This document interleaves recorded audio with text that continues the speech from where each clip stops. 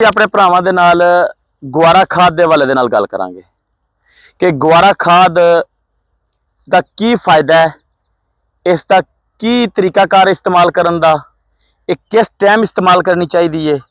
अज असी अपने भरावां दे नाल इस हवाले दे नाल अज गुआरा खाद दे हवाले दे नाल गल करांगे जी। सब तो पहले अस्सलाम वालेकुम जी भाईजान। जिवें कि तुसीं चेक कर सकते हो कि मेरे पिछे एक गुआरा खाद की बोरी पई हुई है भाईजान। इस दे विच तकरीबन जिहड़ा है 40% यानी कि 40% जिहड़ा इस दे विच सल्फर हुंदा है, 60% जिहड़ी इस दे विच यूरिया हुंदी है।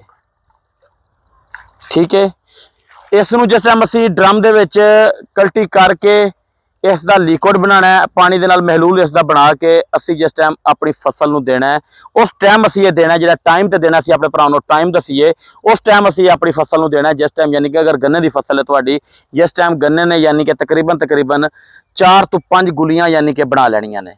उस दी वजह यह वे कि जिहड़ा 4-5 गुलियां बनाउण दे नाल इस नूं देण दा फायदा सानूं ये होना है कि जिहड़ी साडी थल्ले यानी कि जड़ दे नाल साडे गन्ने दी अख हुंदी है, उस दे विच यानी कि जिहड़ा में खाद लगनी है, उसका सानूं फायदा ये होना है कि उस दे विच यानी कि इसने जड़ दे विच ज़्यादा तो ज़्यादा फोट इसने करनी है। उस ज़्यादा फोट जिस टाइम होएगी, उस दे नाल साडी गन्ने दी एवरेज जिन्नी भी वध सकती है, ज़्यादा तो ज़्यादा साडी एवरेज बनेगी।